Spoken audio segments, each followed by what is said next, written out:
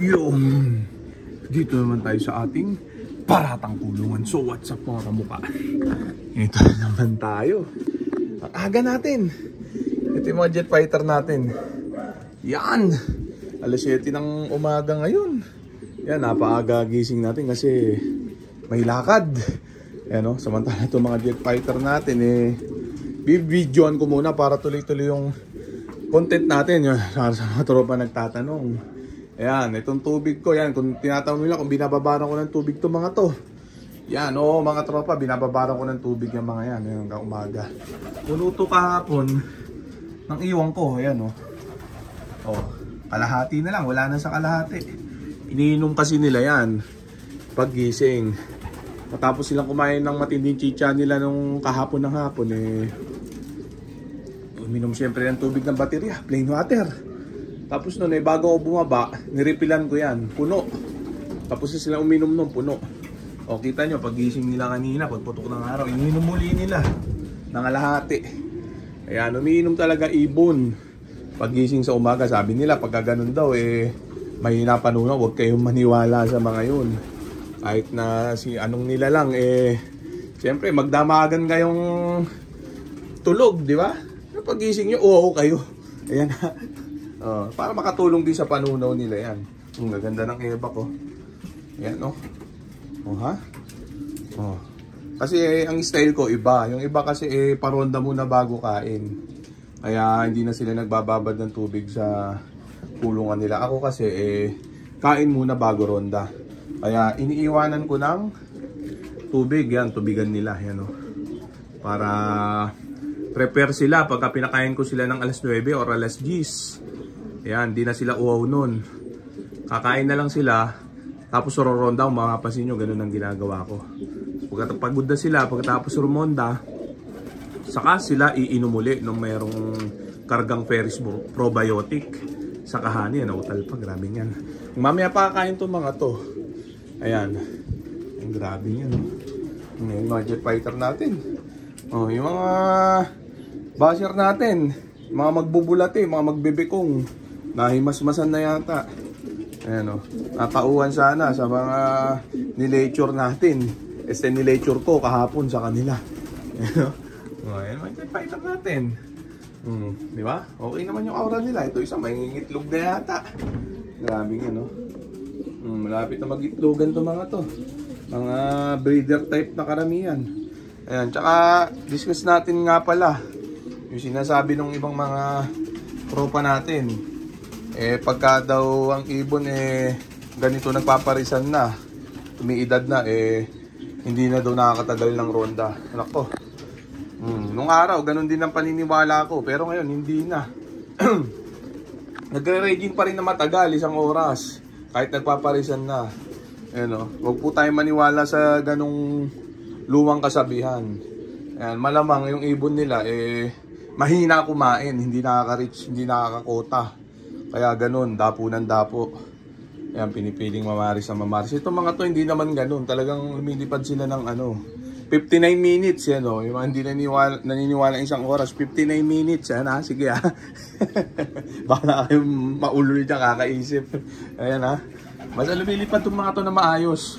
Mapabata man o nasa wastong gulang na kahit nagpaparisan na. Masipag pa rin sila lumipad. Yan, hindi ko nakikitang yung bababa. Ganon, dahil paparisan, hindi sila ganon. Hindi rin nadapo sa ibang bubong. Talagang lipad talaga sila, purong lipad. Ayan sila ha. Kitang-kita naman. Grabe nga, sana magpakitang gilas itong mga to pagdating ng karera. Huwag puros forma lang sa rondahan. Pero pagka ganon namumuro na syempre. Pag ganong masisipag rumonda, malalakas kumain. Madali na i-tuning yun pagkadating ng karera. Timing na lang yun pagka ganon. Ayan o. Ayan ha. Tapos kulang pa pala yung sinabi ko kahapon ha. Yung about sa pagpi-PHA natin, sinisita ng mga basher natin, mga magbubulat Ayan ha. Dito sa loft ko, nasa isa ko. Lugi itong location ko. Ayan o. Sa PHA ako, di ba? Lugi-lugi itong location namin dito sa east. Kasi dito, lalo na sa south, ako pa nagbibigay ng partida sa lahat. Sa lahat ng taga Maynila, QC, sa lahat ng kalaban ko, ako nagbibigay ng partida, akala nyo ba? Ayan o. Ngayon, nakalagay kasi sa Google Map, dito ang unang bagsak. Yan, sa South. Kasi nga, ayun, yun ang, ako daw unang bagsak, sabi sa Google Map. Yun naman talaga, ako unang bagsak. Yun kung dadaan sa bundok ng Sierra Madre, kung magpapagsan na ng ibon, babaybay ng bundok, yun. Unang drop talaga dito. Ang kaso, hindi nangyayari yun kahit i-training mo ng i-training doon ng ibon. Ilang beses ko na sinubukan yan. Hindi talaga nabaklas ang ibon, lalo na yung first 3 laps. Pagka easy race, ang ibon ko sumasabay sa ibon ng kalaban. Nagkakabite. Ayun, kaya ang bagsak, Maynila, naghahatid muna yung mga ibon ko. Ayan, hinahatid yung mga ibon ng kalaban. Kaya ang ibon ko, lumalabas sa QC na. Doon na, katakot-takot na hatid, na malupit. Pag uwi ng ibon ko, nakauwi na yung mga kalaban na ihatid na, magbibigay pa ako ng partida sa kanila, mga 10 minuto pataas. Ayun, kaya baon na baon lagi sa resulta itong mga to. Kaya mapapansin nyo, hindi makita sa resulta yung pangalan natin sa malalapit na bitaw ng karera. Tapos kakaunti pa yung ibon natin, madalas minimum lang, ngayon lang ako nagmadami. Yan, di ba? Mangyayari lang yon na pwedeng bumaklas yung ibon natin, magdaan dito sa bundok ng Tralala Este, bundok na Sierra Madre. Yan kasi yung shortcut papunta din para mabilis sila makauwi. Pag tawid dagat na, Allen, Katbalogan, Tacloban. Kaya nung 2018 nakachamba ako, naka first clocker ako ng Allen sa buong PHA. Talagang unang dumating ang ibon ko, unang-una ako nag-clock out of 1,000 and birds. Yan o.